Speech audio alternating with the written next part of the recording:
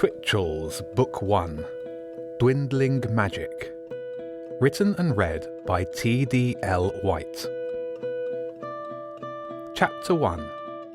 That Stupid Crow.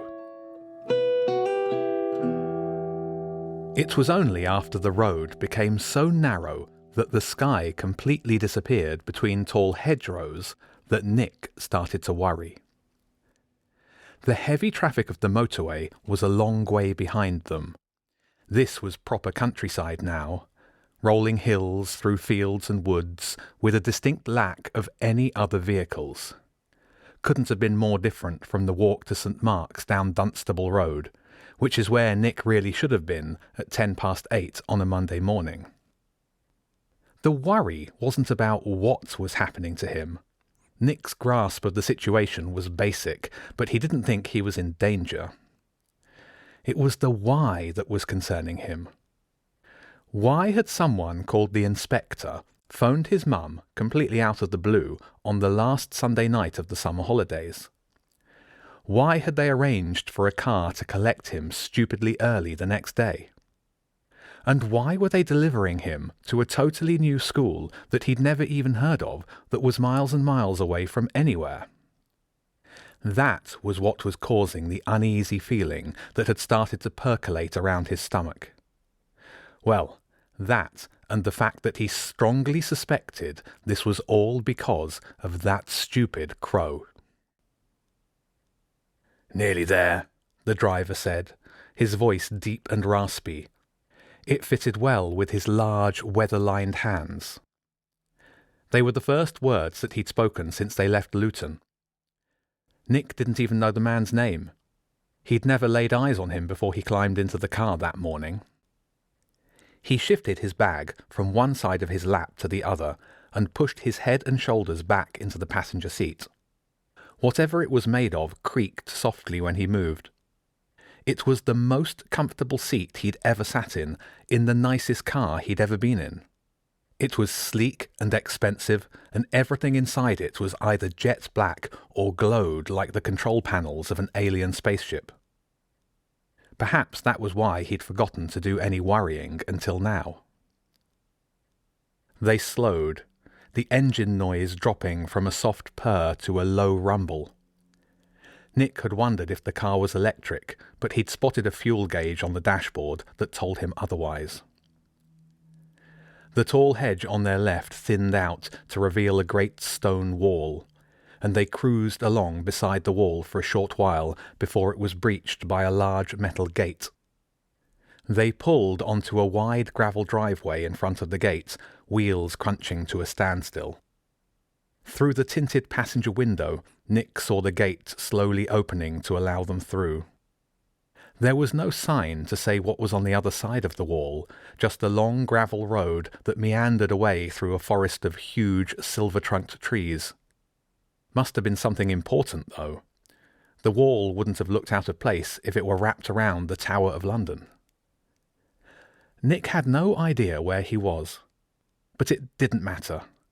Deep down, he knew it would all turn out to be a mistake, and he'd be back at home by the end of the day. He hugged his rucksack to his chest. He'd kept hold of it even though his mum had wanted to put it in the boot with his clothes. There was no way he was letting it out of his sight. His mum had sighed and kissed his forehead, and the next thing Nick knew, she was smiling and waving at him as the car took him away. She hadn't looked worried, had she? But then she didn't know anything about the laptop in his bag, or that stupid crow. The trees on either side fell back, and the drive opened out to reveal a building that Nick could only describe as a castle. It had 2 towers with battlements on top, and windows and balconies, and a sort of dome thing that shone like a golden beacon as it caught a glimpse of the fleeting morning sunlight.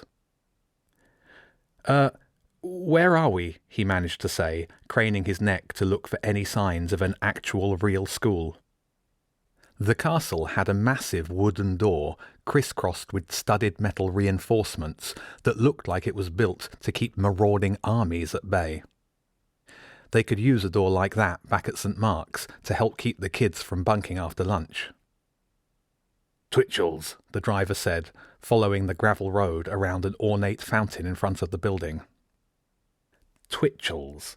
That was what the posh man had called it on the phone the night before.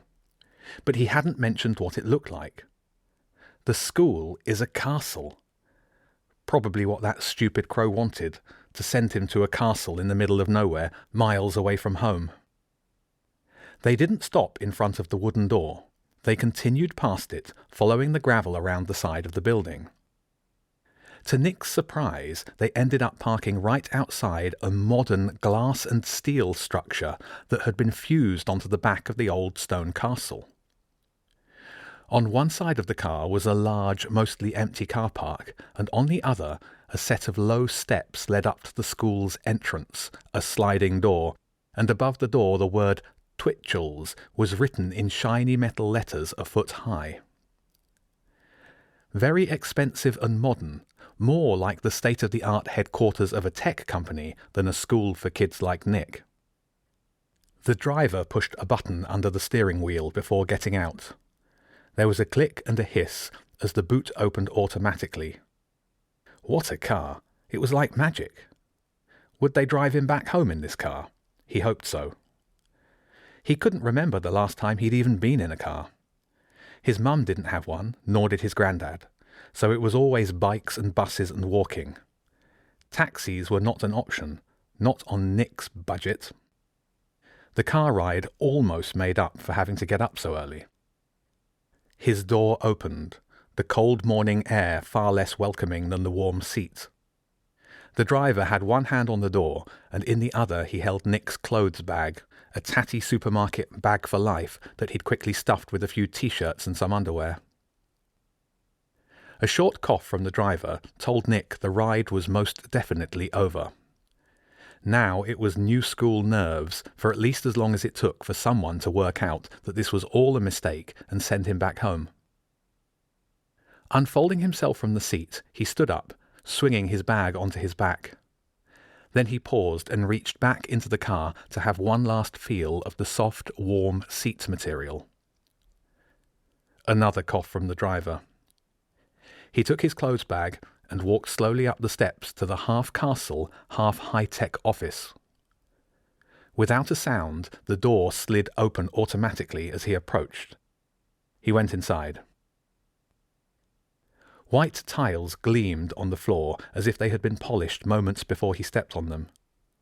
It was so clean he wondered if he should have taken his shoes off before entering. His granddad always insisted on shoes off inside. But then, when you stepped into his granddad's flat, you were right in the front room. There were some modern-looking curvy chairs on a polygon of dark blue carpet near the door. Past that carpet was a counter made of some shining grey stone, with a man in a suit behind it looking at a computer screen. Nick lingered near one of the chairs, and the man looked up. "Laundry isn't until tomorrow." His voice was surprisingly high-pitched and very posh. He could have been a minor royal, or perhaps a lord or a duke. The man sighed. "I suppose I can take care of it if it's uniform. Bring it here." He beckoned Nick with a dainty wave. "Laundry," Nick managed to say. His suspicions about this being a mistake heightened. He might not even be in a school at all. "You've got a bag of clothes, so I—" The man looked down at the screen. "Ah, Nick Thompson, I presume." Nick nodded. "Apologies for the mix-up. I thought you'd wandered over from C Block. We weren't expecting you quite yet. I'm guessing the traffic was unusually light. Tell the driver to fetch your bags, and I'll call the inspector to let him know you're here." Nick turned around and saw the driver and the car heading back the way they'd came. He turned back to an awkward silence. The man clearly wasn't used to kids carrying their own belongings. Nick broke the silence by holding up his tatty bag for life in a "this is all I have" gesture. The man frowned for a moment, then picked up a phone off the counter and held it to his ear. "The new student. He's here." He glanced at Nick while listening to the other side of the conversation and then put the phone down. "Feel free to take a seat. The inspector won't be a moment." Nick sat down on one of the curvy chairs, which was actually pretty comfy, and looked out at the car park. He still couldn't be sure that he was in a real school, but at least the man at the counter had used the word student to describe him. He looked at his bag of clothes and tucked a dangling sock back inside. It was hardly enough to last a weekend. His mum had said he wouldn't need more than that. But what did she know about schools that looked like castles? "Nick, it's good to finally meet you in person." It was the voice from the phone call. Nick looked up from his bag to see another man in a suit, older than the receptionist and more softly spoken, though still posh, walking towards him. The man's shoes clicked on the polished floor until they were silenced by the carpet right in front of Nick. "I spoke to you and your mother last night on the phone. Sorry about the short notice, but I believe we have everything in place. I'm Mr. Whelan, but everybody knows me as the inspector." Short notice? It wasn't even 10 hours since the phone call. The inspector held out his hand. Nick looked at it, protruding from the crisp white shirt, clean with perfectly cut nails, the polar opposite of the driver's. "We shake hands here at Twitchell's," he said in a matter-of-fact tone. "You'll get used to it." Nick put his clothes bag onto the chair next to him and shook the inspector's hand. It was smooth, warm and dry, not unlike the feel of the car seat. Before he could catch himself, Nick let out a yawn. "Ah, yes. You had an early start this morning, and it's going to be a very long day, I'm afraid. But I'm sure the excitement of a new school will keep you firing on all cylinders. We've got some time before everything kicks off. Have you had breakfast?" "No." "Well then, we'll get you settled in your room, and then talk over some food in the canteen. Follow me." He turned and walked back to the counter, where the receptionist handed him something green. Nick gathered up his things and joined them. "You'll need to wear this at all times," the inspector said, holding up an ID badge on the end of a green lanyard. "It controls your access around the building. Without it, the doors won't open. Give it a try. First without the badge."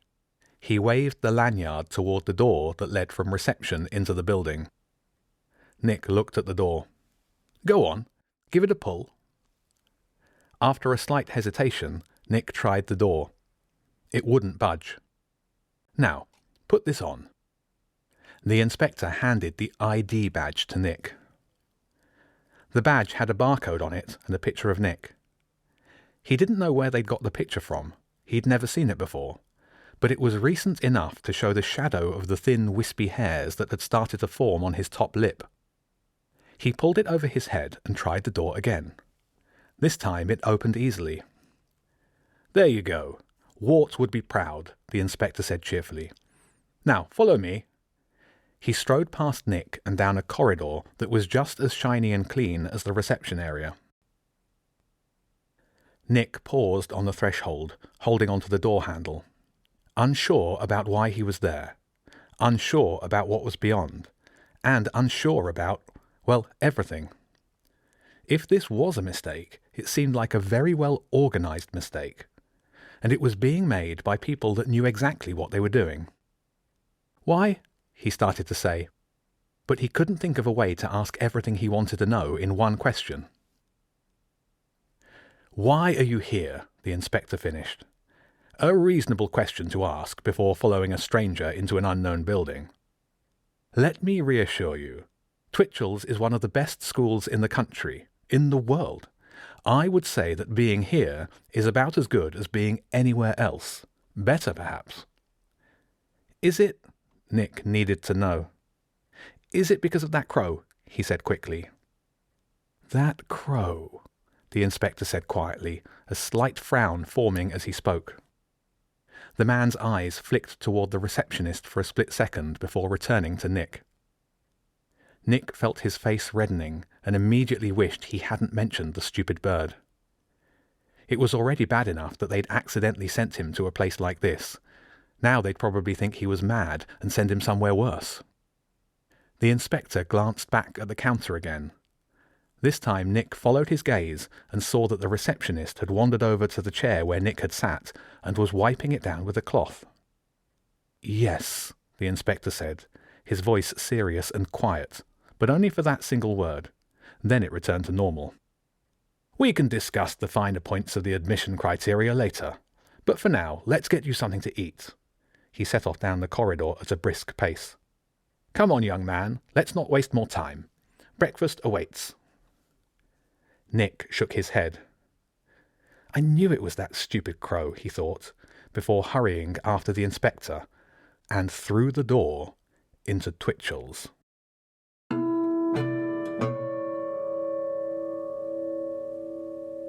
This podcast was brought to you by me, TDL White, and I'll be reading a chapter a week until it's complete.